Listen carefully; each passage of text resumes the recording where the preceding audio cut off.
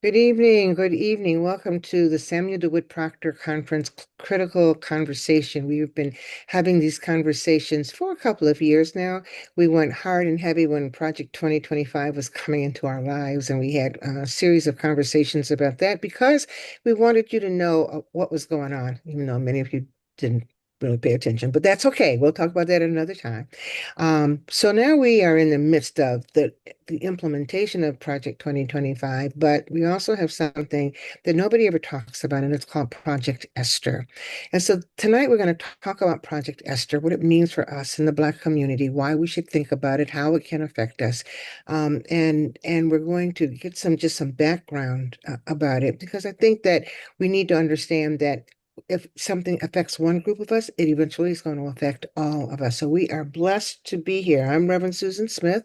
I'm the director of the Office of Clergy and Leadership Development for the Samuel DeWitt Proctor Conference.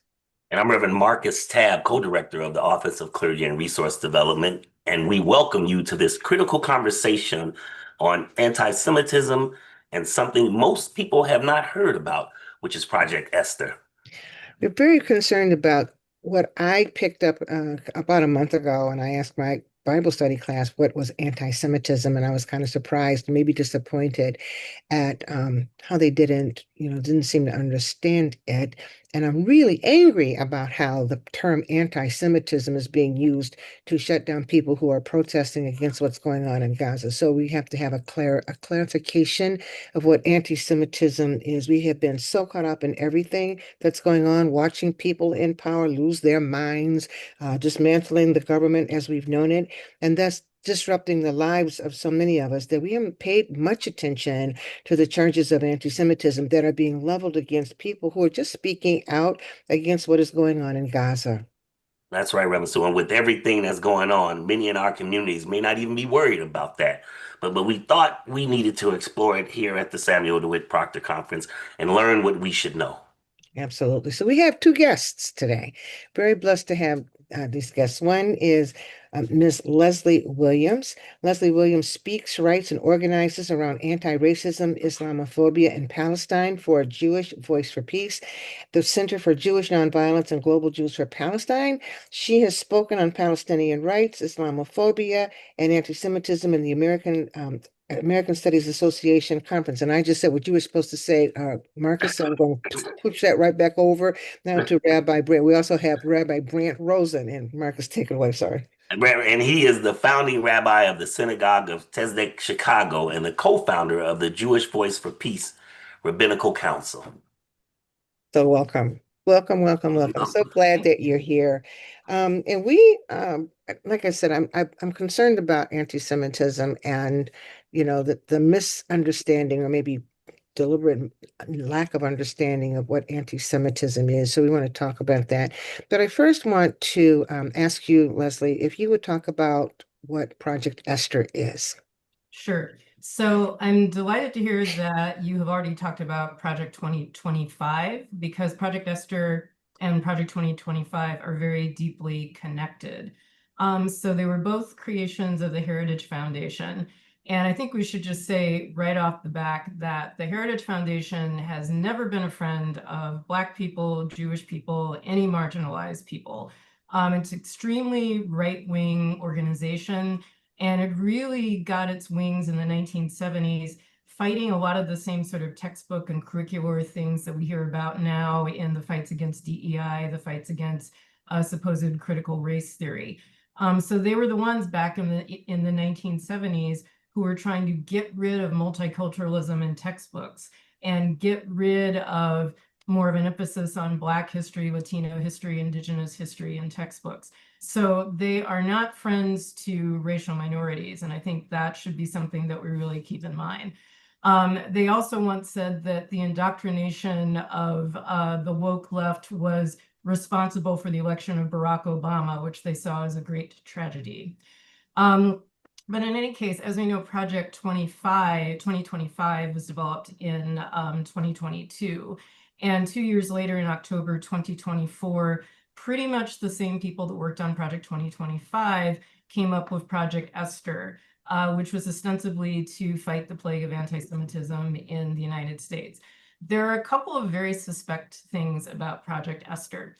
You would think that an organization that was designed to work against anti-Semitism would be involving the Jewish community, would be perhaps primarily working with the Jewish community. And yet, Project Esther initially only had one Jewish organization involved. It's one called the Coalition for Jewish Values, which is an American Orthodox Jewish right-wing group, which many Orthodox groups feel is a fringe group and not representative of the Orthodox community. Project Esther has also specifically complained about American Jews. It's complained about the reform movement as being too close to the progressive left. It's complained that Jews don't know how to address anti-Semitism, that Jews are overly complacent about anti-Semitism, and it's up to Project Esther to show them how to correctly address anti-Semitism. So if they're not Jewish, who are they? They're right-wing evangelical conservative Christians. They're very strongly allied with the white nationalist movement. And that's really clear in the ways that they frame anti-Semitism and the way that they discuss their goals for Project Esther. It is really interesting if you read just the introduction to Project Esther, they mention concerns about capitalism, prosperity, and American values more often than they actually mention Jews and anti-Semitism. It is very clear that the main issue that they want to push, the main concerns they have, are that what they see as they describe it as the Hamas support network, which is basically any organization that has criticized the bombing of Gaza. They see that this is an anti-American, anti-Israel, anti-Zionist movement. And they really stress that as it being anti-American, and in the sense that many right-wing organizations talk about anti-American. So what are they addressing in terms of addressing anti-Semitism? They are anti-immigrant. They have celebrated the role of ICE in terms of protecting communities from these extreme left-wing people that are trying to protect immigrants. They are very connected to all of the same things that are talked about in Project 2025. So they want the government in schools. They want the government to be keeping track of people that have these radical left-wing ideologies. They want to deport people that have these radical left-wing ideologies. So it's not surprising that they are in support, for example, of the threatened deportation of Mahmoud Khalil and others who have expressed support for Palestine. So let me stop you for a second because this is a good summary. But I'm curious because they are against anti-Semitism. And they say in Project Esther, it says that Project Esther provides a blueprint to counter anti-Semitism. How do you define anti-Semitism, and how is their definition of anti-Semitism in line with what we have always thought anti-Semitism to be? So Project Esther itself doesn't give a really clear definition of anti-Semitism, but I think the key point is who they see as being the most dangerous in terms of anti-Semitism. And their project is focused exclusively on the left and exclusively on people who support Palestine, when in fact, all organizations that have studied anti-Semitism, the Southern Poverty Law Center, even the Anti-Defamation League, which actually has politics much closer to the Project Esther people, they all agree that by far the most dangerous forms of anti-Semitism come from the right, come from the same people that are producing Project Esther, so people who are connected to white Christian nationalism.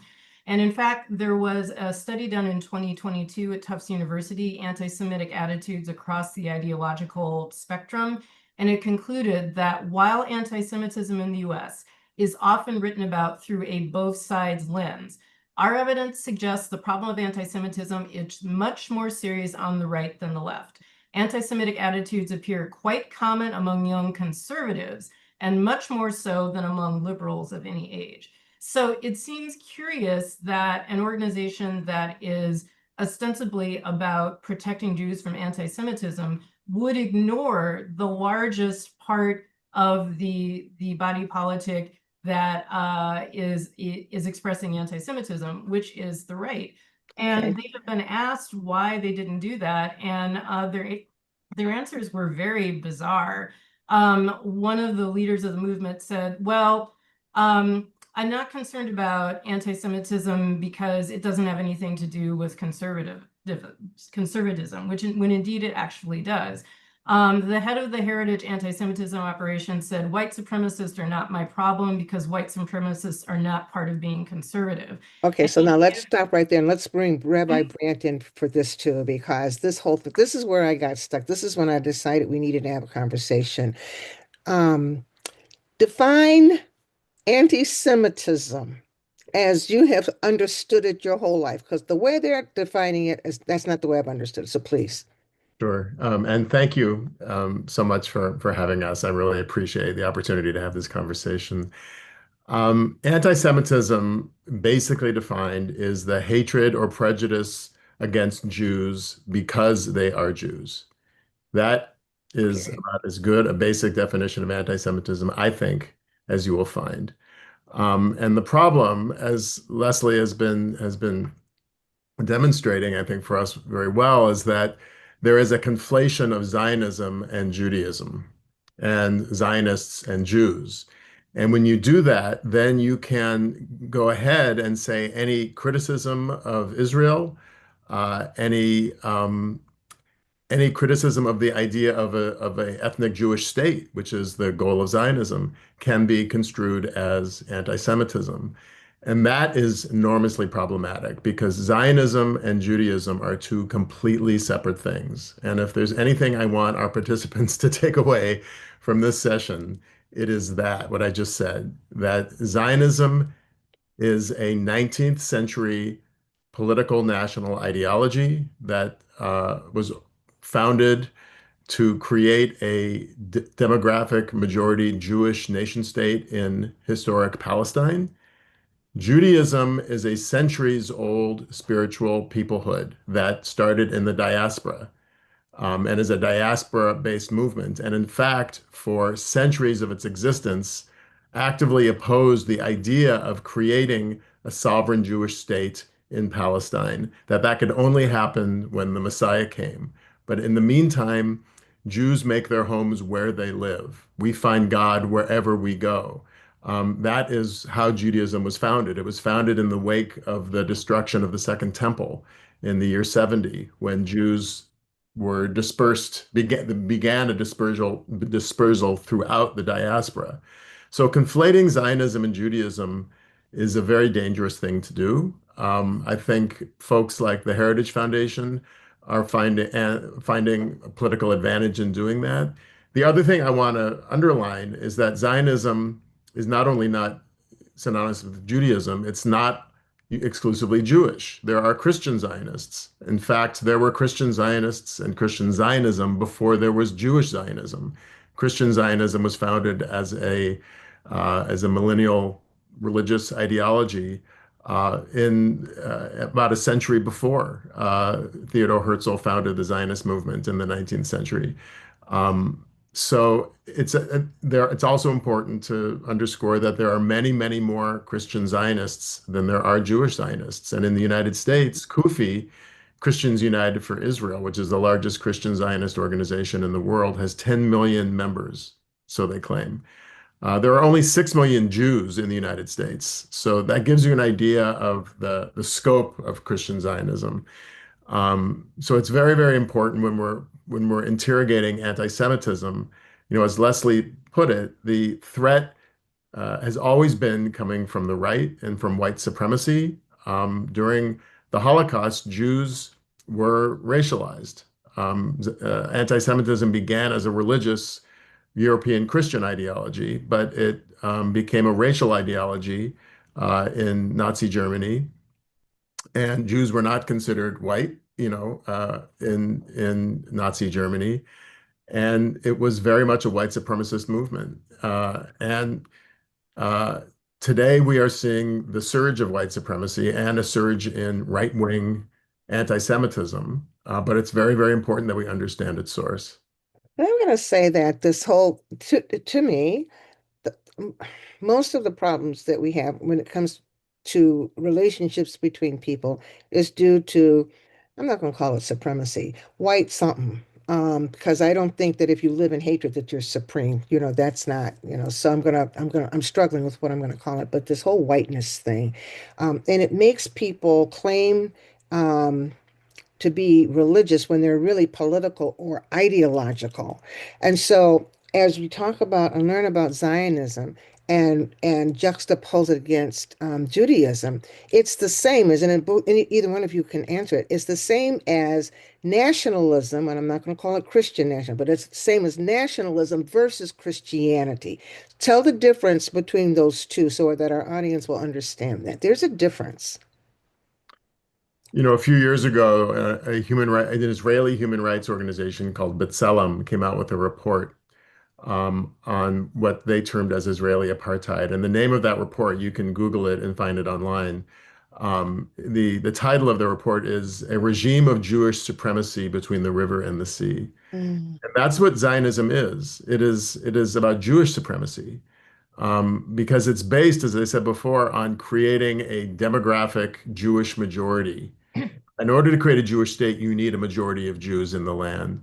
And that right, it's a form of ethnic nationalism, ethno-nationalism. And the problem with that, one of the many problems, but maybe the primary one, is that if you base the identity of a nation on one particular group of people in a land where many groups of people have historically lived, all those who are not part of that primary identity will be a problem. They'll be an obstacle. And that has been the case since the founding of the State of Israel. What Palestinians refer to as the Nakba, the ethnic cleansing of Palestinians from their homes in the hundreds of thousands. And what we're seeing in Gaza right now is the logical conclusion of that as well. That when Palestinians who have been dispossessed from their homes resist that dispossession, they are put down yeah, hard. yeah. And that's, I think, what we're seeing in Gaza. And When I actually, went to if I Gaza can, and I wanted to jump in though, because I think it's also important to recognize that this idea of nationalism and nationalism being inherently racist is something that we see in our own society yeah, as I was well. going to say that. That is, And as we've often, Brant and I have often talked about how Israel is sort of the United States on steroids. If you take like if you take the worst impulses of the United States, our own colonization, our own ethnic cleansing of the indigenous people, and you kind of amp it up, you get Israel. So yes, nationalism at its root, there has to be an outsider. There has to be somebody who doesn't belong. Nationalism also by definition tends to be very militaristic because you need to be able to maintain those borders. You need to yes. be able to maintain that state by force, which is something we see both here and in Israel. And it's not surprising that right-wing forces in the United States, which tend to be very racist, very anti-immigrant, are the ones who are the most supportive of Israel, whether they are Christian or whether they are Jewish or some other religious group. But Yeah, it's that nationalism that is what they have in common. yeah, and that is so true. It's this whiteness thing, and people are desperate to hold on to this whiteness, and they think that that gives them the ultimate power. And it's so interesting to me that we in this country were pretty racist, so racist that the Nazis got their race laws from our Yeah. race laws. That was number one. Did y'all hear that? That they got their race laws from our race laws. And some of our race laws were so tough that the Nazis even rejected them. I thought that that was very interesting. They thought they were impractical. Yeah, they were. I mean, that's crazy. So, anytime now I hear people say, go back to, I'm going to say, well, all the people from Europe who came over here with those crazy ideas, you go back to where you came from. But then, I get feisty sometimes because it gets on my nerves. But this whole Christianity thing, and they're saying this is, we're doing Christianity. Christianity and nationalism are two different things. So I've been with this book, The Immoral Majority by Ben Howe. I'm sure you guys have read it. And there's a part in there where Howe talks about Reverend Robert Jeffress, who was this pastor of this huge church in Dallas, 13,000 people. And so he was asked about, what he wants to lead. Now, here's the thing. I'm thinking that many of us in the Black community, we kind of grew up. This is an assumption that we grew up kind of the same thing. Jesus loves me, this I know, because the Bible, because that's how we grew up. That's what the Sunday school teachers said. That's what our mama said and all that. So that's our point of reference. But not everybody grows up like that. And we learned that many people who call themselves Christian don't do Jesus. So Robert Jeffress says, somebody says, would you want a leader, a national leader, to follow the tenets and the Sermon on the Mount? And Jeffress says, heck no, this is a quote, heck no, I would run from that candidate as far as possible because the Sermon on the Mount was not given as a governing principle for this nation. And so then he went on to say that governments are exempt from such biblical principles as forgiveness or the willingness to turn the other cheek. He says, quote, government is to be a strong man to protect its citizens against evildoers. And that makes me wonder how they're defining evildoers, right? And he says, I don't care about that candidate's tone or vocabulary. This is a quote, I want the meanest, toughest son of a you-know-what that I can find. And I believe that's biblical. Whoa. I think he might also want to remember that Jesus said, render unto Caesar that which is Caesar's. You could make the argument about what he's saying about government, but I think we all realize there's a big difference between a secular government and the way a church or a religious community should operate. And as you were saying, it is something of a misnomer to describe Christian nationalism as Christian. And I think that quote really highlights that. And I really wish that many Christians like Mr. Jeffers would, instead of being so intent on walking on the rocks and paths that Jesus trod on, were more concerned about following the values that Jesus followed. And you wrote that in one of the pieces you sent me. It's a powerful piece. Yeah. And it seems to me that if you are saying that you follow Christian values, that would not be compatible with the type of nationalism and government violence that Mr. Jeffers is espousing. Okay, this is good. So this is where we need to go with this. So we're talking about Zionism and nationalism and all that. But we need to talk about now, we need to bring this, why should the Black community be concerned about this? Oh, Lord. And how will it affect the Black community? So I don't know if this is the point where I should play that clip, because I think too many of us in this country and in the world, we go by misinformation and disinformation and the stories that people tell, and we don't know what the truth is because it's all muddled. Julie, can we play that clip? Can we pull that up?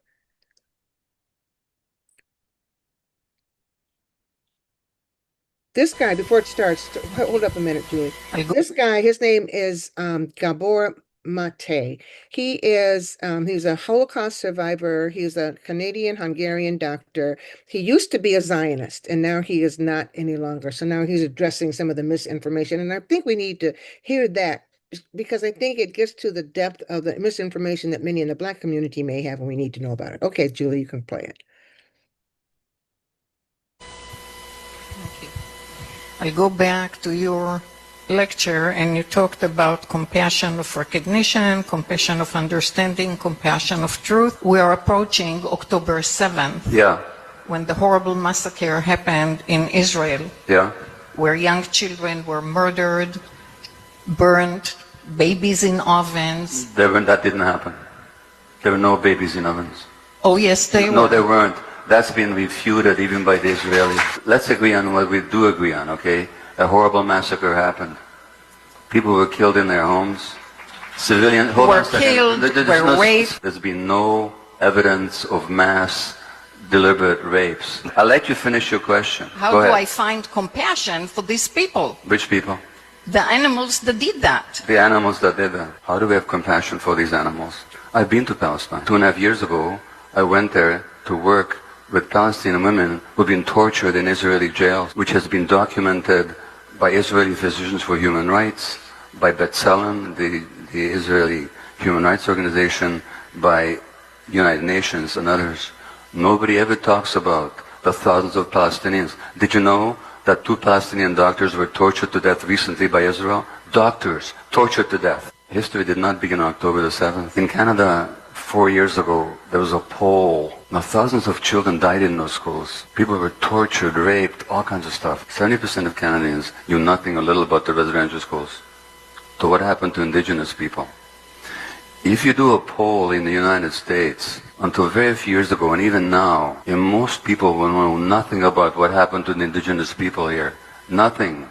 the genocide, the torture, the rape, the starvation. They know nothing about it. And in some states in the United States, it's illegal to even to teach it in the schools. Do you think the average Jew knows anything about the indigenous people of Palestine? These animals that you talk about, you know, the first massacre of Palestinians in Gaza didn't happen last year. Didn't even happen 4 or 5 years ago when they killed hundreds of children with their bombs. It happened in 1956. In 1956, they massacred 200 civilians. Do you know about it? You've never heard of it. Of course you haven't heard of it. That's why you can call them animals. Otherwise, you'd see them like human beings like the rest of us. That place where we call other people animals, if you want to live there, that's your choice. I don't want to live there. I want to understand people. I want to understand what happened to them. I want to know why they behave the way they behave. I'm not into justifying taking civilian hostages. I said that was unjustifiable. Why you didn't hear me, I don't know. I said there were massacres that shouldn't have happened. Why you didn't hear me, I don't know. You know why you didn't hear me? Because you live in a bubble, that's why. Wow. I wanted to play that because I think it was very powerful, and I think it's indicative of the closed-mindedness that we have. And I'm wondering if now you can talk about why the African American community needs to know about this stuff and how it can happen. It can and probably will affect the African American community as we're going through into this remaking of America. Either one of you. Well, it's already affecting the African American community. A couple of quick things. Anytime you have a system that gives special rights to one group based on their race, that is going to be dangerous for marginalized ethnic groups. It is not a coincidence that one of Israel's largest trading partners and diplomatic partners was apartheid South Africa. And it's not a coincidence that it is South Africa that is bringing the charge of apartheid and genocide to the International Court of Justice, because South Africa recognizes apartheid and genocide when it sees it, and it clearly sees it in what's going on in Israel and in Palestine and Gaza. The other thing is that there are direct connections between the abuse of African Americans and what is going on with Palestinians. So for a long time, JVP was involved with something called the Deadly Exchange Campaign. And we were looking at how the forces of militarization and militarized policing in the United States were directly connected to that type of policing in Israel. That American police chiefs and ICE agents would go to Israel and they would share training techniques, but really, I think more importantly, they share ideologies about the people they're policing being a dangerous population that needs to be controlled. So St. Louis, Michael Brown's shooting, the police chief in St. Louis had gone on one of these trainings and had gotten awards from the ADL for his wonderful support of Israel. And we also know that many of the companies that make bombs and weaponry and tear gas that are used on Black people in Ferguson and in Los Angeles and in other places where there have been uprisings come from Israel. So there is already a connection. It is already hurting African American people. But I think another thing, we talked a little bit about the history of Zionism. Zionism was from the beginning a racist European colonial movement, and not just racist against Palestinians. Israel has been a racist movement against Jews who are non-white and non-European. So there are horrible stories about their treatment of Jews from the Middle East, Arab Jews in Yemen in particular, where Yemeni babies were kidnapped and in some cases abused and killed. There are the stories of the Ethiopian Jews. Israel made a big show of bringing in Ethiopian Jews, but then treated them as second-class citizens and continues to treat them as second-class citizens. There is actually an Afro-Palestinian community in Israel that has been very active in the Palestinian movement and is treated horribly by the government of Israel. So the whole ideology of Israel, separate races, separate laws for separate races, many Americans, when they first visited Hebron, for example, and have seen streets where it literally says, only Jews can walk on this street, and only Palestinians could walk on the street, and have said, this is like going back to Jim Crow in the South. When Ta-Nehisi Coates, who was initially very supportive of Israel and described Israel and the way that Germany paid reparations to Israel as a model for Black reparations, when he went to Israel and the West Bank, he said that when he would see the way the IDF treated people, it reminded him of his experiences in the Deep South and what his parents had told him about experiences with police in the Deep South. And he has written extensively in his book, The Message, but in many, many other articles and blogs and interviews about this connection, about how he sees that same racist attitude in Israel towards Palestinians, but also towards Ethiopian Jews and Arab Jews that we saw in the Deep South. So in terms of both the attitude, but also, as I said, the direct influence, the direct connections between the militarism and policing that affects African Americans and how Palestinians have been treated. And Palestinians realize this as well. And in fact, when the George Floyd protests were going on, and when the Ferguson protests were going on, some of the strongest supporters of those movements were Palestinian. Because they saw that connection. When Dream Defenders, which is an African American organization that fights for Black liberation, visited Palestine, they talked about how much they had in common. They did a wonderful video called When I See Them, I See Us, where Palestinians and African Americans talk about their shared struggles and the shared oppression that they are facing from these very same organizations. So yes, there are many reasons why African Americans should be concerned about this. And historically, the leaders of the Black liberation movement, so Kwame Ture and Malcolm X and Assata and June Jordan, and many of those other early leaders from the 60s and 70s were very strong supporters of Palestine because they saw the Palestinian cause as being part of the global liberation of Black and brown people from European colonization. So there is a long, very strong history of Black support for Palestine, and there's still a lot of Black support for Palestine. One of the things, and I want you to jump in this, Brent, when Black people say, well, I don't have to be concerned about that. Well, yeah, you do, because the United States, at least, it might be more, it might be going up, but this country supplies or gives Israel $50 billion a year, $50 billion. And when you think about that, you think about how much of that money could be used in this country, in our communities, for the things that we need. But $50 billion is a lot of money. And I think and since Project 2025 was zooming in today, I think yesterday or a couple of days ago, 1,400 people were fired from their federal jobs. Many of the people who are being fired are African American women.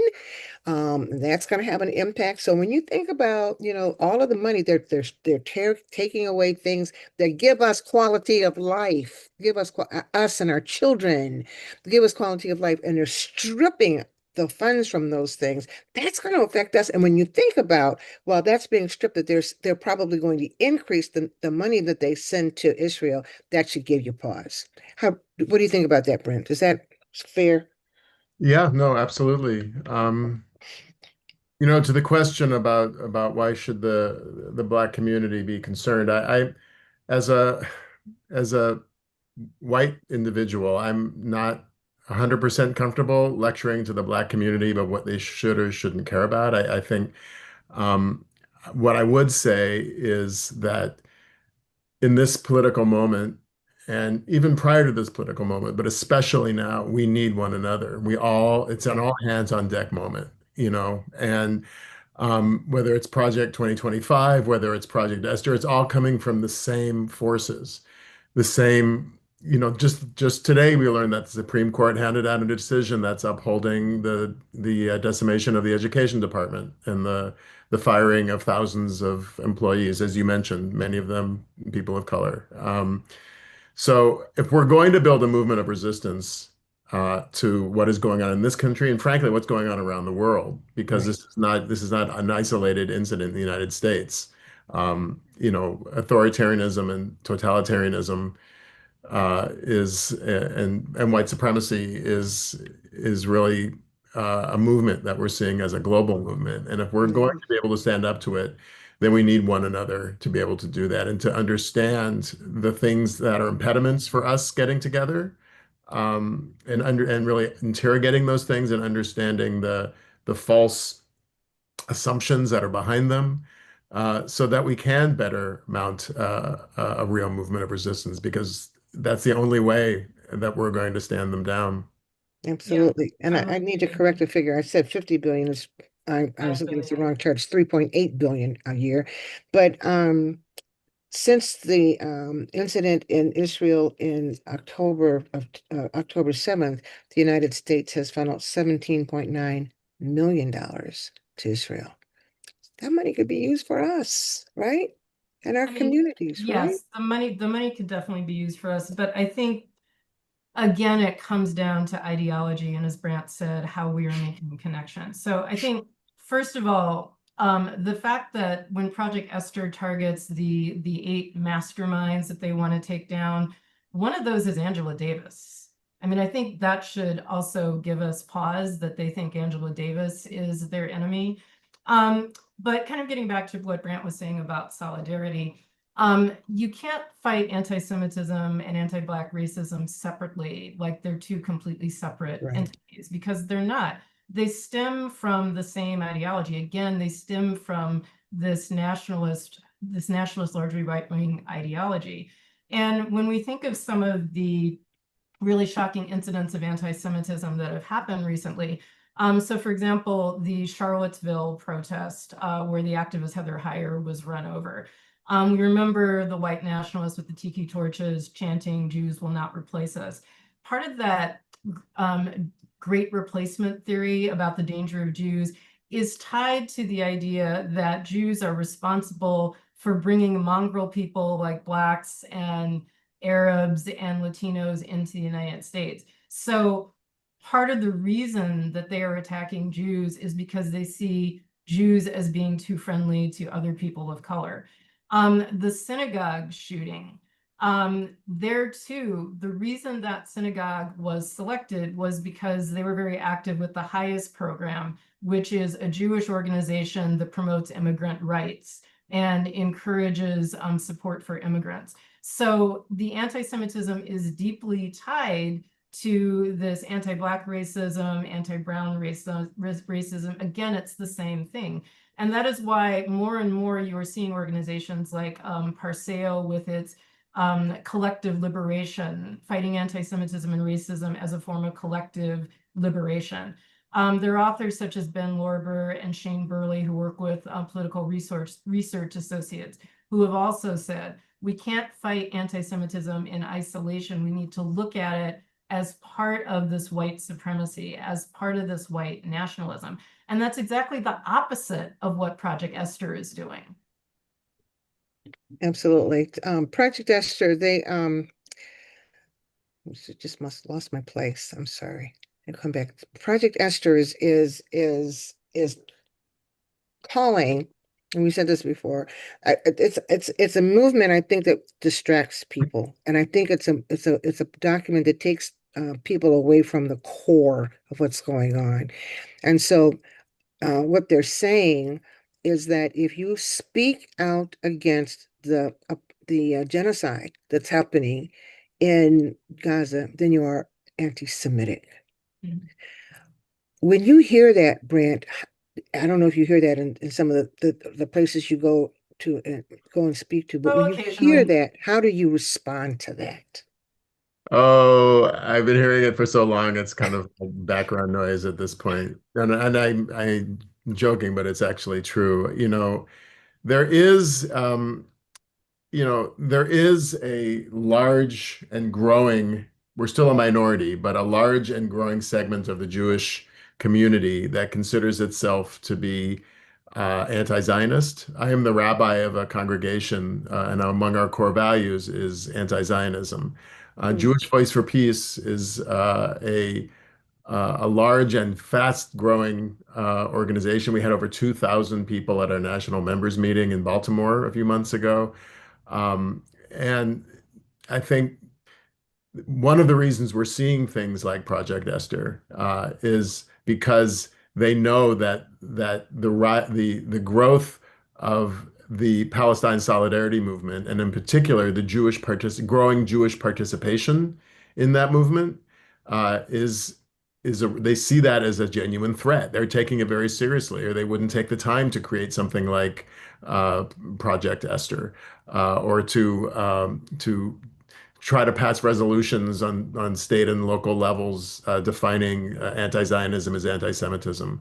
I mean, I've been at this for a while, but the extent to which the term anti-Zionism is bandied about by the right wing and even by the American government is truly unprecedented. And the only reason they're doing that is because they see that there are growing numbers of people in the Jewish community and beyond who are opening their eyes to what is going on in Palestine.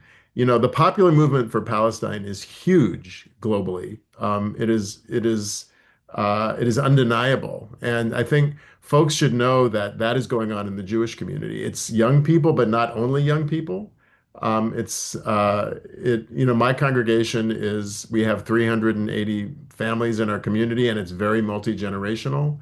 And so I think one of the reasons we're seeing these kinds of efforts, it's a form of backlash. They see the writing on the wall and they're lashing out because they see that their hegemony is starting to crack. And again, the way we stand that down is through solidarity and collective liberation. Some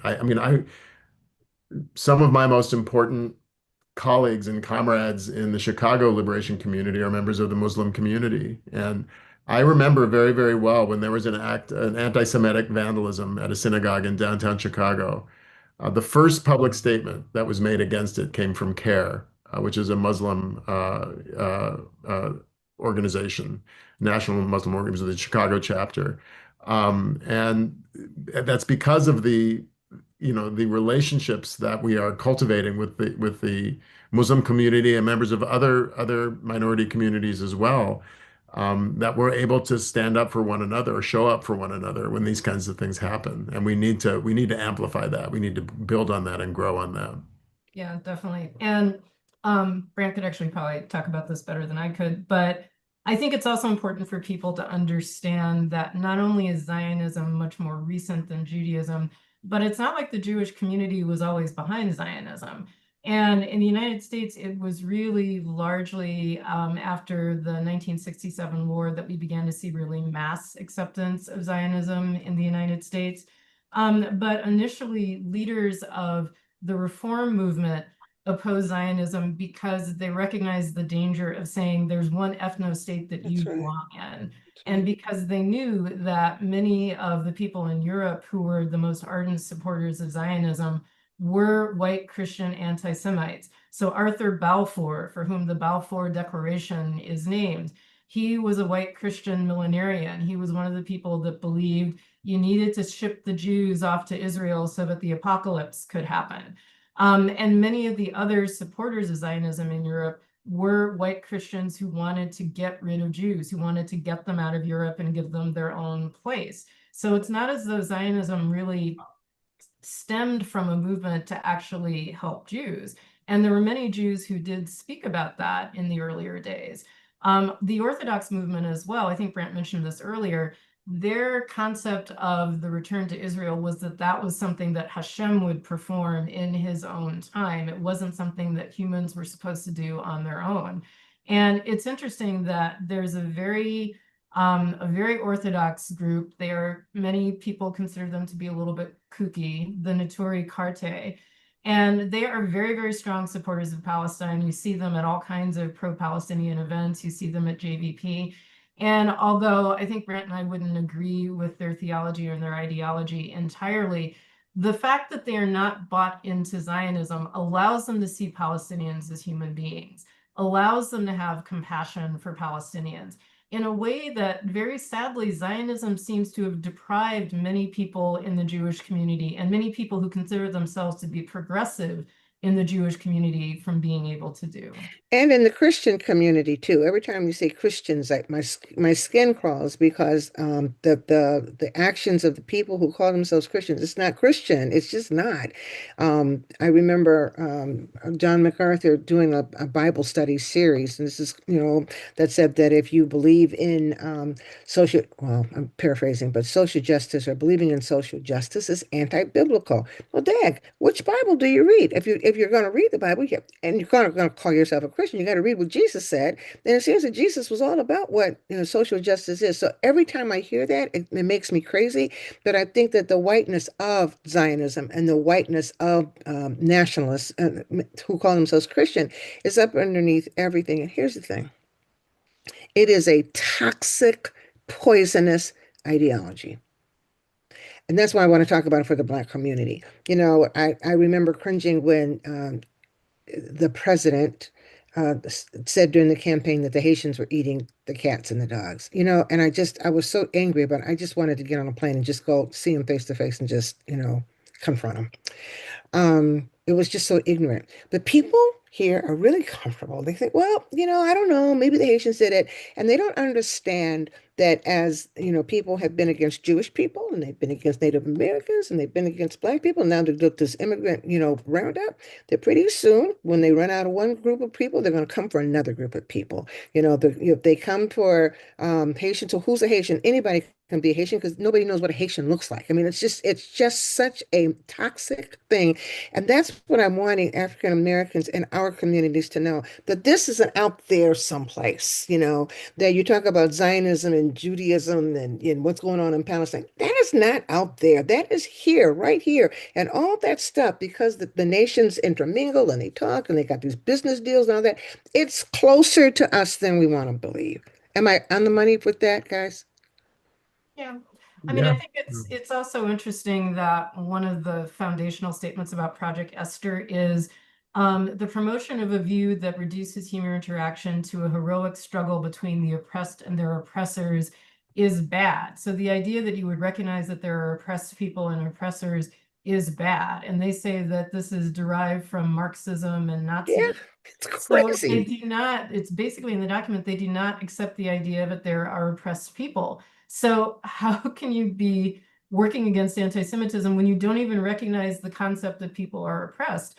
And why should African Americans buy into an ideology from a That's right. group of people that are against DEI, against immigration, do not believe in oppression as a thing?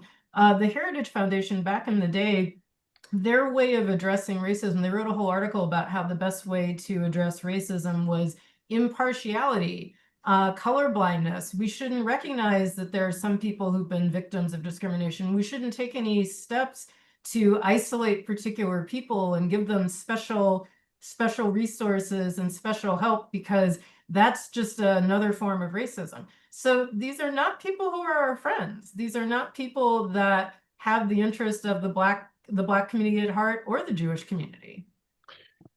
One way to look at it, Susan, when you talk about your frustration with Christians in in the community, some Christians, one way to look at it that I've often thought about it is that, when you look at Constantinian religion, when you look at the fusion of Christianity and the Roman Empire, Mm, that became a paradigm for me at least, religion at its worst, because that absolutely. religion being used and being fused with empire, with state violence, with the suppression of rights of all who are considered less than.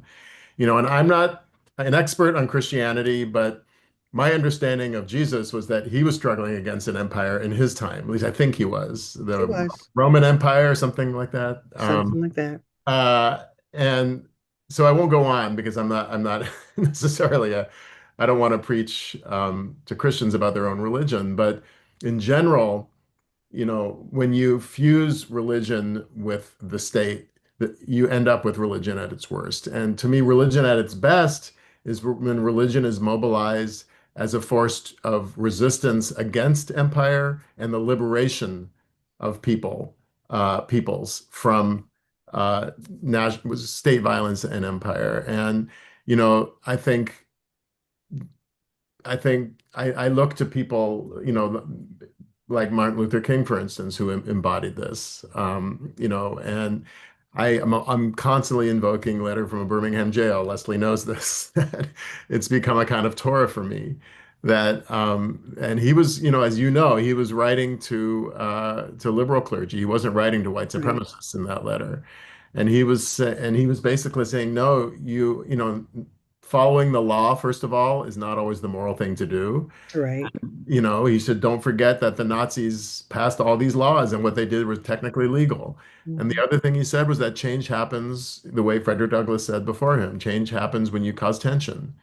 And you should not be afraid of causing tension. You should be looking to create tension when state oppression is real. That's the only way it's going to be overturned and transformed. And Yeah. when there are religious leaders like King and liberation theologians in Latin America, are another great example.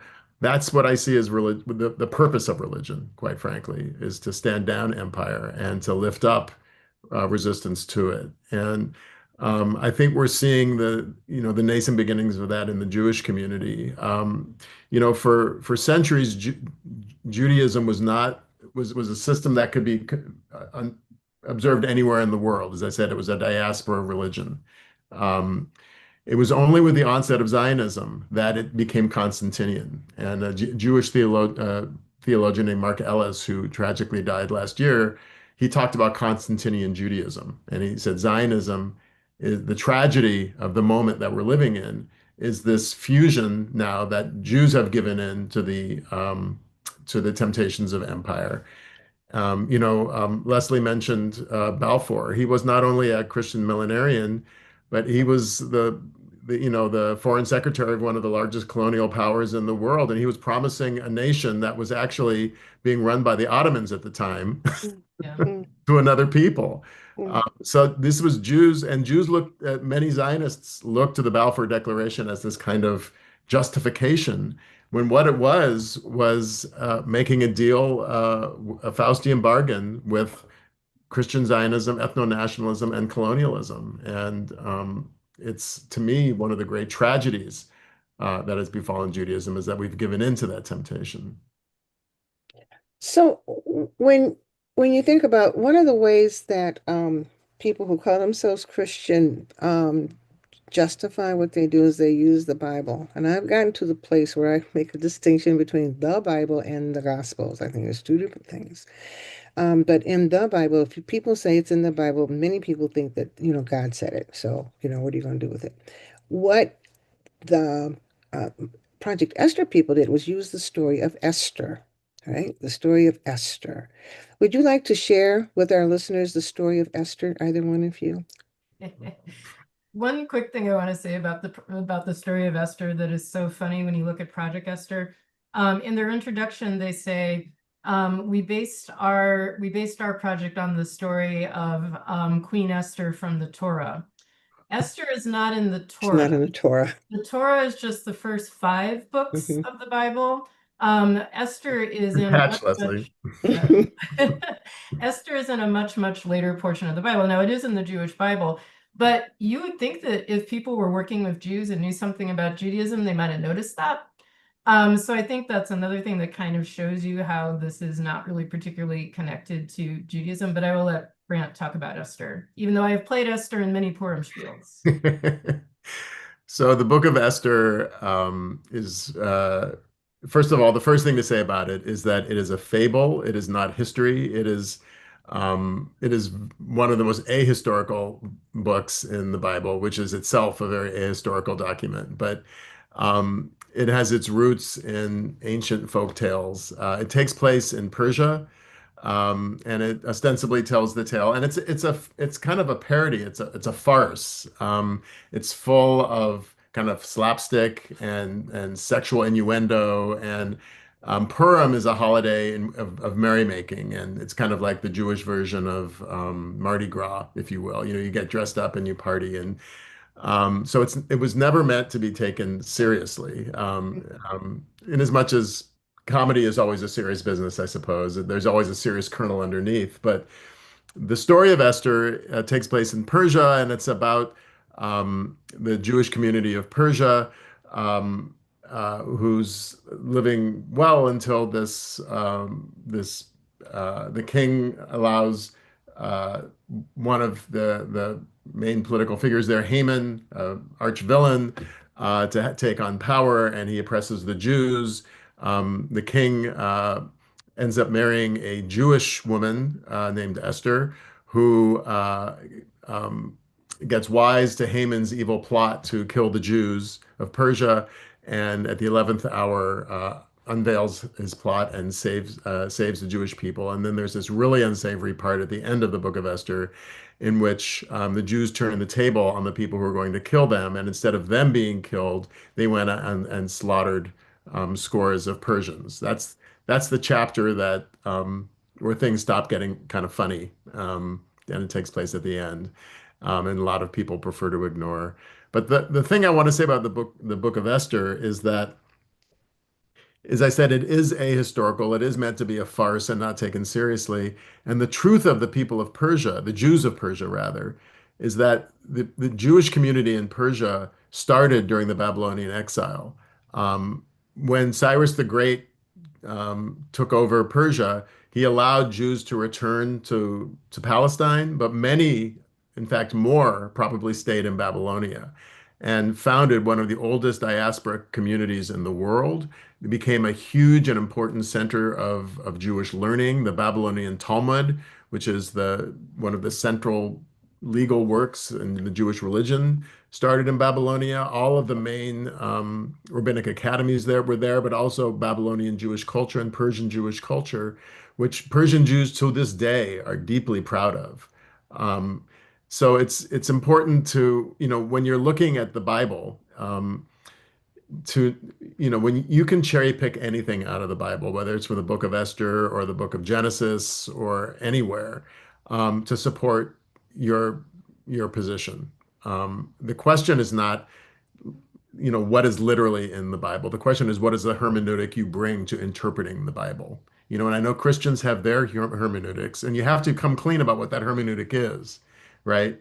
You have to come clean about, we're not literalists. If, we were all literalists, then we would stone to death people who transgressed the Sabbath, right? Because it says to do that in the book of Exodus.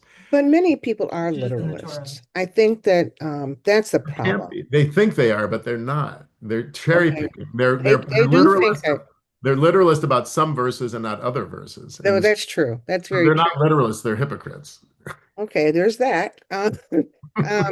But here's the danger, I think. When again I'm talking about African American community, if people say it's in the Bible, the story of Esther, it's in the Bible.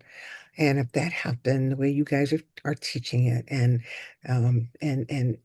Esther saved her people, and that her people were the Jews, then who are we to bother with that? You know what I'm Well, saying? they named the Project Esther, but it's not as though they based the project on the story of Esther. I mean, I Yeah, think but that's many people will not have that capacity or the desire to make that distinction. Well, let's just make it clear to everybody listening. The Project Esther, as devised by the Heritage Foundation, really does not have any connection to the biblical story of Esther. In the same way that the nation state of Israel that has existed since 1948 is not the equivalent of the biblical description of Israel and the biblical description of the children of Israel or the people of Israel. So you have they're basically claiming, I mean, it's very intentional that they picked Yeah. the name Oh, yeah. Esther, because they are trying to claim that mantle of biblical authenticity. But Project Esther is not in any way liturgical or holy writ. It is a completely secular project that is designed by nationalists, but it is not based on the Book of Esther or the But Bible. the danger in this day and age is that they begin that document with that story of Esther. Mhm. And so they know how too many people don't read, we don't study, we just kind of go along. And people will hear, oh, it came from Esther, then it's in the Bible, and we need to leave it alone. And that's the problem. I think that, go ahead, I'm sorry. No. Another way to think about it too, at least from a Jewish point of view, is that when we're talking about literalists, the Bible is only one strata of Judaism. There's so much more to Judaism. And when it comes to, I lead a Torah study every week, every Shabbat morning, every Sabbath morning. And, a week doesn't go by that we don't read something that's kind of horrifying, with God commanding the Yeah, Israelites to go in and exterminate the people of Canaan, or the stone to death the Shabbat, desecrate, or what have you. There's all kinds of problematic stuff in the Bible. right. What I suggest when going back to hermeneutic is that, the word Yisrael, which only recently was kind of used to refer to the state of Israel, for centuries refers to the Jewish people. Yisrael means the people Israel, the Jewish people. And the word literally means, if those who know their Bible know this, where it comes from. Jacob was wrestling with an angel and got a little wounded, but was victorious. And the angel, who may have been God or may have been an angel of God, or we don't really know, renamed Jacob Israel. And Israel literally means the one who wrestles with God. And so, to be Jewish, I believe, to our core is at a core level means to struggle, to wrestle with Mm, tradition, to wrestle with theology, to wrestle with our inherited wisdoms, to think critically about our texts and about the world around us, to not take things at face value, to not accept the status quo as acceptable, that is what is Jewish. And I right. would say the same thing about the Book of Esther or anything else in my inherited tradition. And that for me is the central sacred Jewish hermeneutic, is to be a struggler, and I not like that. someone who I just like that. accepts things literally is basically capitulating. Right. You know, I think to go back again to the African American connection. So I grew up in African American churches, and we have a very strong connection to the story of Exodus. And of course, Martin Luther King referenced it frequently. The last speech he gave was talking about being on the To the mountaintop, promised looking over land. into the promised land, the way that Moses did. Harriet Tubman was called Moses. So we have a very strong, powerful cultural connection to that story. But I think the mistake we make is, again, not exactly just taking it literally, but thinking because of that story, that means we have to be loyal to these people, loyal to the people of Israel. And because they're the people of Israel, they're the same as the nation state of Israel, which is not a logical conclusion. I think when you look at, I'm glad that you mentioned Martin Luther King. Martin Luther King gets claimed a lot by Zionists as well as people that don't support Zionism. And it is definitely true that he had made many, many statements supporting Israel's right to exist. In March of '68, he gave a speech to a rabbinic assembly saying that Israel was a great outpost of democracy. We must stand with Israel with all our might to protect its right to exist. But again, looking at, if you could call this MLK's hermeneutics, the viewpoint he was coming from, what are the things that were most important to him? That all people be treated equally and with respect, that we end colonialism, and that we end war. So is it logical to think that someone who had those three things as his key values would be supporting the way that the Israeli nation state is behaving today and the way Israel is behaving in Gaza? I really don't think so. And, looking back at the Bible, yes, the slaves were freed from Egypt, but the Israelites had slaves after they left Egypt. And looking at the Christian Bible, Paul says that slaves should return to their masters. Paul also said that women should not speak with authority in church. I mean, I know there are a lot of women priests and preachers that are on this call. Do we really believe that that literal part of the Bible is something that we need to be accepting today? So again, if we see both the Jewish Bible and the Christian Bible as being documents that support liberation, the idea that all human beings are created in the image of God and that all humans have the breath of God in them. I think that is what we should be asking ourselves. Is this particular passage that we're quoting, is it supporting that idea of liberation and people being in the image of God and mercy and compassion and justice, or is it supporting something else? Sarah just made a great comment in the comment section, and I want to amplify what Sarah wrote. I've learned a lot from Robert Warrior, and his essay "Canaanites, Cowboys, and Indians" is a really very very important essay because he's an indigenous person of the Osage Nation, and also a Christian. And he writes in his essay, "I read the Exodus story through Canaanite eyes." Because the Exodus story all depends on where you end it. If you end it after the crossing of the sea and then skip over and then move to the promised land and don't talk about what happens next, that's certainly one way to read it. But if you read it carefully, Israelites are freed from slavery in Egypt so that they can fulfill God's promise to become the chosen people in the land by dispossessing, sometimes quite violently, the Canaanite nations. And so Robert Warrior was saying, as an indigenous person, and he was taking liberation theologians to task a little bit in this essay, because he said liberation theologians don't talk enough about the conquest narrative in the Bible, and that we need to. And he said, I'm an indigenous person. I read the Bible with indigenous Different eyes, eyes. right? And there's some really great young theologians in the global South now, indigenous theologians that we need to pay attention to. I think white folk like me need to sort of take a step back. I can hold forth on colonialism and, dispossession all I want, but I think we need to amplify the voices of the people who are most directly affected by this. And there's some really, really important indigenous theology that's being produced right now that we would do well to heed.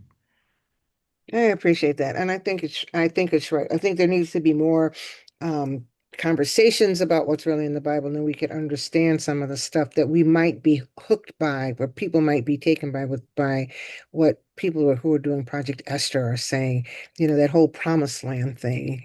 I remember being quite, I don't know, feeling some kind of way when I read that the pilgrims who came over here from England, they thought that their crossing the Atlantic was their wilderness experience, and they were being taken to the promised land. So that's why this is their land. That's why this Well, is their land. and the white South Africans use the exact same narrative. And they talked about the great trek that took them to South Africa as being their trek through the desert, and they were arriving in a promised land, and that it was their duty as Christians to take over the savage landscape. Yeah.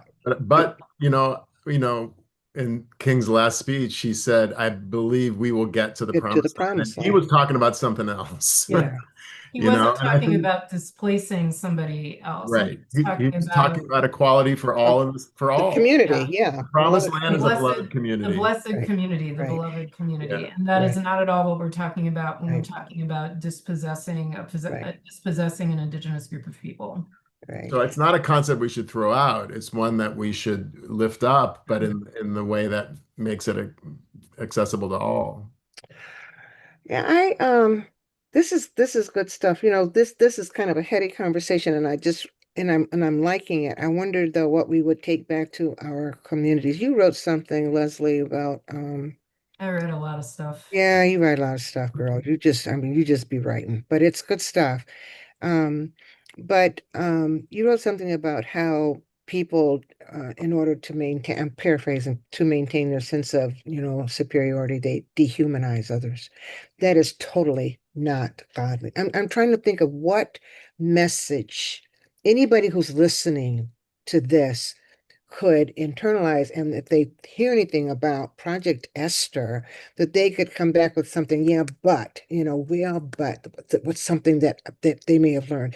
And that whole, that just being aware that our capacity, no matter what religion we are, to put other people down, we just put them down, as opposed to humanizing people and living with compassion and stuff. We are dehumanizing them. I just want both of you to say, what is one thing from this conversation that somebody could take, that you could offer someone to take back to their community? Starting with you, Lesley. So I think there are a lot of really wonderful Black clerics that are already doing that. There's a statement from the Georgia Black Clergy Association after October 7th saying that as Black faith leaders in Georgia, we stand with Reverend Dr. Martin Luther King Jr., Black church prophetic tradition. In that tradition, we claim that it is impossible to speak about God and remain silent about the current terror and injustice in Gaza. If Jesus were to be born today, he would be born under the rubble in Gaza. And if we as Christians are not outraged by the genocide, by the weaponization of the Bible to justify it, there is something wrong with our Christian witness, and we are compromising the credibility of our gospel message. Reverend King said in 1967, a time comes when silence is betrayal, and that time has come for us in relation to Vietnam. Now we say that time has come in relation to Gaza. And Wow. I don't think there's any better, more perfect statement of what we're trying to get across, that it's not just about following the Bible word for word. It's not just about saying, well, because Israelites are mentioned in the Bible, we have to support the people who have a country named Israel now. It's about that biblical witness, that Christian witness, that Jewish witness, those inspiring messages of all humans being created in the image of God and all humans deserving life and compassion. Cool. I like that. Rabbi Brant, you have this, I know I gave you a specific question answer, but you have this wonderful blog, and it's called Shalom Rav, is that correct? Mhm. Okay, and you wrote this essay, and you were talking about the children that are being killed. And that's something that even though um our children here are being killed too. And you made some pretty good points. I wonder if you could bring up what you were talking about in that essay. You ended that essay with talking about the theology that apparently is being followed by many people who are involved in this killing. And I wonder if you would talk a little bit about that as you talk about Yeah, people taking. yeah. Oh, and it's my latest blog post, which I wrote a few weeks ago, in which I invoked a very famous quote by a theologian, a Jewish theologian who was known as one of the post-Holocaust theologians, in writing about how do we understand God after the Holocaust. And um, Irving Greenberg is his name, and he wrote, after the Holocaust, no statement, theological or otherwise, should be made that is not credible in the presence of the burning children. He was talking about, the burning children of the death camps, and that which is a very powerful, powerful theological challenge. And one thing we haven't really talked about here is the role of the Holocaust in all of this, which I think is worth invoking. Gabor Mate, who we saw in the clip, is a child survivor. But also he's a trauma therapist, and I highly recommend his work because he talks a great deal about the justification for Zionism and the establishment of the state of Israel came after the trauma of the Jewish trauma of the Holocaust, and the projection onto Israel of Jewish safety and security. And, as Lesley said, in its outset, Zionism was opposed by many Jews. It was one of many different Jewish movements of the 19th century. But after the Holocaust, it rose in prominence for many reasons, but one of them was it was seen as an important response to the Holocaust. It was a place where Jews could find safety after the cataclysm of World War II.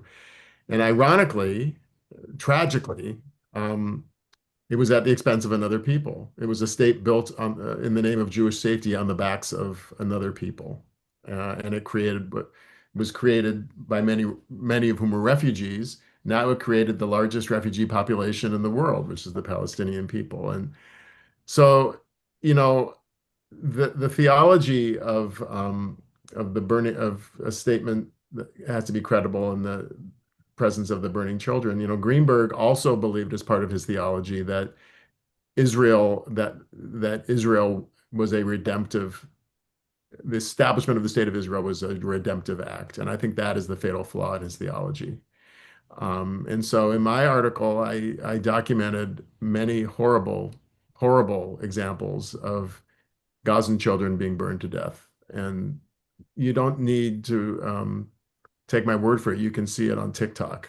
I mean, it's happening on our mobile devices. So nobody can say that they didn't know. I mean, during the Holocaust, maybe they could possibly say they didn't know the full extent of it. Right now, it's everywhere if we care to heed it. And what I wrote in this piece is that this theology needs to be adapted to our current moment, which is that any theology that cares for some children over others is a desecration of God's name. And going back to a value that Lesley lifted up, all human beings are made in the divine image, that we are all united as in our status as God's children. That needs to be the cornerstone of any theology. And otherwise, I don't know that theology is going to do us much good in the current moment if we don't understand that. It's Yeah. excellent. I think another point, I mean, kind of talking about, we solve the refugee problem by creating a refugee problem. I think one of the other reasons why the Heritage Foundation latched on to Esther is that for some people in the Jewish community, Esther is seen as kind of a wake-up call. So the Persian Jews are doing really well, they were kind of assimilated, and then look what happened. And the German Jews were assimilated and they were doing really well, and look what happened. So we can never be safe. We always have to be on our guard. There's always going to be the potential of another Holocaust. And you hear people since October 7th talking as though literally there is another Holocaust right around the country. And so to protect Jews, we have to continue these policies. We have to continue bombing Gaza. We have to continue attacking and demonizing Palestinians and people that support them. But is the potential danger to Jews worth the actual danger and killing of Palestinians? And that is the calculus that we seem to have made, that, well, anything that would protect us from even any potential danger justifies killing other people. And I don't think that that is either a Jewish or a Christian value. And ultimately, I think we also have to ask, is this making Jews safer? I mean, there's this continued claim that Israel is making Jews safer. So right now, Israel is probably the most dangerous place for Jews to live. But, just setting that aside, because now, as Brant was saying, the Palestinian movement is becoming worldwide, and more people are angry at Israel, horrified at what is going on. And because the Zionists keep insisting that Jews equal Israel and Israel equals Jews. So many people, particularly people that don't know that much about Judaism or about Israel, are taking them at their word and saying, oh, so it's Jews doing this, so we should be against Jews. So this continued That's kind of like anti-Semitism right there. That's a well, it's component of I think you anti-Semitism. could argue that this continued insistence that there's no daylight between Israel and the Jews, the Jewish community, is actually contributing to anti-Semitism. Absolutely. So this whole approach to it that Project Esther is taking is probably making Jews less safe rather than more safe. Absolutely. Well, we're going to kind of winding down, but this is one of those conversations where you say, okay, this was like the introduction because you need to really get into it. But I really want our communities to understand what's going on. And I want our people to know that anti-Semitism is not, you're not anti-Semitic just because you speak out against what's going on in Palestine. That is not anti-Semitism. It is not. Anti-Semitism is like racism. It's a form of racism. It is. Racism. It's hatred. It's bigotry. It's doing violence in the name of these toxic beliefs. That's what anti-Semitism. So when people bomb the synagogues and it's no different than people lynching Black people. It's hate. It's hate. It's a hatred. And you can hate what a government is doing, right, without hating the people. So you can hate what Zionism does or what Netanyahu's doing, that doesn't mean that you hate the people. When you are anti-Semitic, you have no compunction, just like if you're anti-Black, you have no compunction about bombing a synagogue or going into a church and shooting people down just because of who they are. That's what I want our people to know. Just don't get it twisted, because all of the stuff that's being said can confuse people. And you might say, yeah, well, you shouldn't be talking about what's going on in Gaza. Yes, you should. Yes, you should. If your soul is wounded by the fact that they are killing innocent people and bombing out the way for them to live, that they're taking the food that the kids that are being dropped so that people can eat and not starve, you should talk about that, especially if you call yourself a Christian. I'm just saying. So I would want that. I want for some in our community to at least take that thought home, that if you think what's going on in Gaza is wrong, you should say something about it. That's what Jesus did. That's what, if you call yourself a Christian, Jesus spoke out against the oppression, and he spoke out against the unfairness of people. He spoke out against the empire. That is not anti-Semitism. That is pure Christianity. I'm just saying. Yeah. So I want to thank you. I know that I have to I want to call up Reverend Damian Durr, who's our General Secretary. But I want to thank all of you who are here, who have been listening, and I hope that you'll write your comments and your questions. A lot of times I'm very trifling. I don't get to all the questions that are in the chat. Somebody, Lesley, wants you to put the link to the statement by Black Clergy of Georgia in the chat so that they Yeah, can I already access did. that. Okay, and if I missed your questions, guys, I'm trying to grow in grace. I really am. I'm just not real good at getting the question things out. But I want to thank you guys. I feel like we have other conversations there, but I feel like I want to keep you like in my roster so we can come back and have like part two, because there are components of this. But I think the ignorance of people is contributing to the spreading of the hatred and the vitriol, and I just don't want us to get into that. So thank you for Best coming. disinfectant is always sunshine. Yes, yes, yes, yes, yes. Reverend Durr, are you around? Are you here? Do you have comments? There he is. I saw him. Okay. I'm here. Thank you. I just want to first extend my sincere gratitude and appreciation to Lesley and to Rabbi for leading us in a significant conversation. And the more we have looked at what is taking place now, the more we've looked at the theological or the political theology that has created the circumstances that we are currently and the ways in which toxic theology continues to get used to justify the weaponization of public policy. So just want to again thank you all so much for sharing with us. We'll of course be sharing a summary. So many of the things that were mentioned that were in the chat, as well as articles, we'll be making sure that we share that with those who joined us on tonight, and also want to extend a thank you for those who spent their Monday with us. We know that this is a space where there's a lot going on. Moral Mondays are going on, and multiple people are gathering to engage in work of resilience and resistance. So we do not take it for granted that you all were willing to spend your time with us. And of course, a special thanks to Reverend Sue and Reverend Marcus leadership and their intentionality to make sure that we all stay engaged and informed at a deep level as these issues are interconnected and that as we all are being impacted. So again, thank you so much for giving up your time, Lesley, as well as Rabbi. And we look forward to this being, of course, a continuing dialogue as we continue to move through these unique and interesting times. So thank you so much. It was a Thank you. great pleasure. Thank you so much for inviting us. Thank you. Thank you. Thank you. Really, Thank really you. an honor.